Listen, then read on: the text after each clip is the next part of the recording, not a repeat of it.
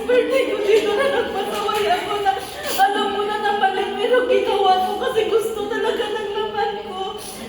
Pero, and then, alam ko nung kinabukasan, ayoko na kasi nahiya ko. Pero talagang, sabi ko kay Kuor, nahiya na ako. Nahiya na pumunta kasi parang nandun na yung ano ko, yung nahiya na ako sa pagkakas. Kasi alam ko yung mali.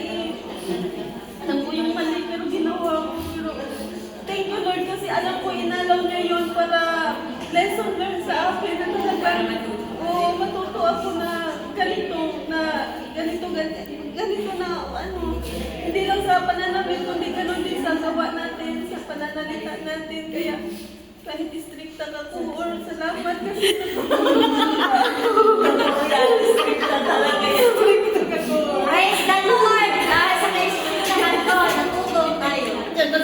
Salamat salamat tayo.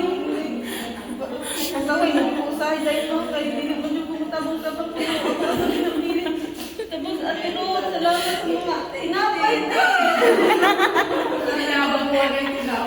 Si Ate Ruth yung ano, siya yung sandalan ko talaga. Pero wala ka naman sa mga loob sa akin. Wala. Wala ko sa thank you na ano, sobrang thankful ko sa mga correction mo kasi natuto talaga ako. Ay, praise the Lord, Lord. Tapos si Ate Ruth talagang, si Ate Ruth din yung ano ko, parang second si Ate Lorna, yung parang basta yung nag-provide, di ko inaasahan. Salamat Ate Ruth, I love you Ate Ruth. Little, salamat Little sa iyong encouragement sa ako apa.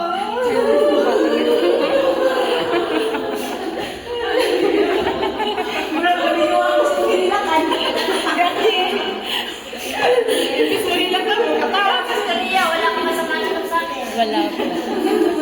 Naya lang ako sa'yo. Kaya minsan pag nagkasalubong tayo, parang Kabalo ko nga, bisag daw na daw siya, ayaw ko mo-open up ko mo ganun mo, na ako i-encourage nga. Ang ako ang mali, i-correct lang mo, hindi ko mo i-down, balik mo i-chance mo na kung nalang tapanin ko mo. Bless ka, ayaw ko mo na nag-problema dyan ko nga. Ako nga si Leader, kaya anak ko, di ate ka, wala di ka ulit. Malawag ko din mo, ano. Salamat sa iyo po niyo. Betisa, ayaw ko dahil.